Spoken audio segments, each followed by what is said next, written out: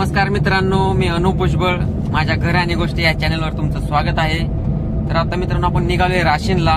त्या ठिकाणी आपलं हॉस्पिटलचं काम पूर्ण झालेलं आहे. त्यासाठी आज फायनल व्हिजिट असणार आहे साईटवरती.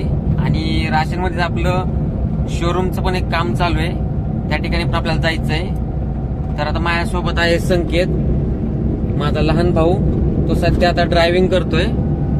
तर चला आता आपण भेटूयात राशीनच्या साईटवरती गेल्यावरती.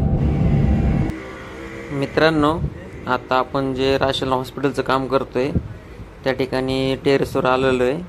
तर अशा पद्धतीने आपण पूर्ण टेरेसचं वॉटरूमचं काम फायनल केलेलं आहे.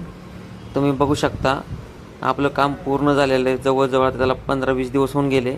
नंतरनं ते पाणी सोडून आता बाकीचं काम चालू आहे. या ठिकाणी तुम्ही बघू शकता साईडला आपण कशा पद्धतीने धारचं काम केलेलं आहे, ज्याला आपण कन्नी म्हणतो. पूर्ण पॅराफिट वॉलला चारी बाजूने आपण हे कन्नीचं काम पूर्ण केलेलं आहे. आणि आपलं आता इथलं फायनल विजिट आहे आपली. अशा पद्धतीने आपलं इथलं पूर्ण काम. मित्रांनो, आता आपल्या कुरकुमच्या साईडवरती आलो आहे. इथलं आता आपण आपलं काम बऱ्यापैकी फायनल झालं. आता थोडंसं काम बाकी आहे. मित्रांनो, आता आपण केडगावला आलो आपल्या आजच्या तिसऱ्या साईट विजिटवरती.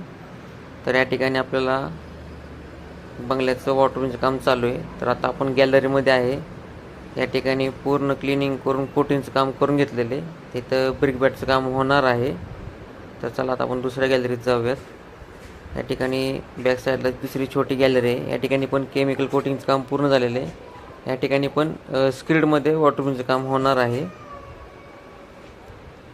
आता आपण टेरेसवरती आलेलो आहोत. तर तुम्ही बघू शकता पूर्ण टेरेसला पण सेम त्याच पद्धतीने क्लिनिंग करून पूर्ण डबल कोट केमिकल कोटिंगचं काम कंप्लीट झालेलं आहे. आता या ठिकाणी ब्रिक बॅटचं काम होणार आहे.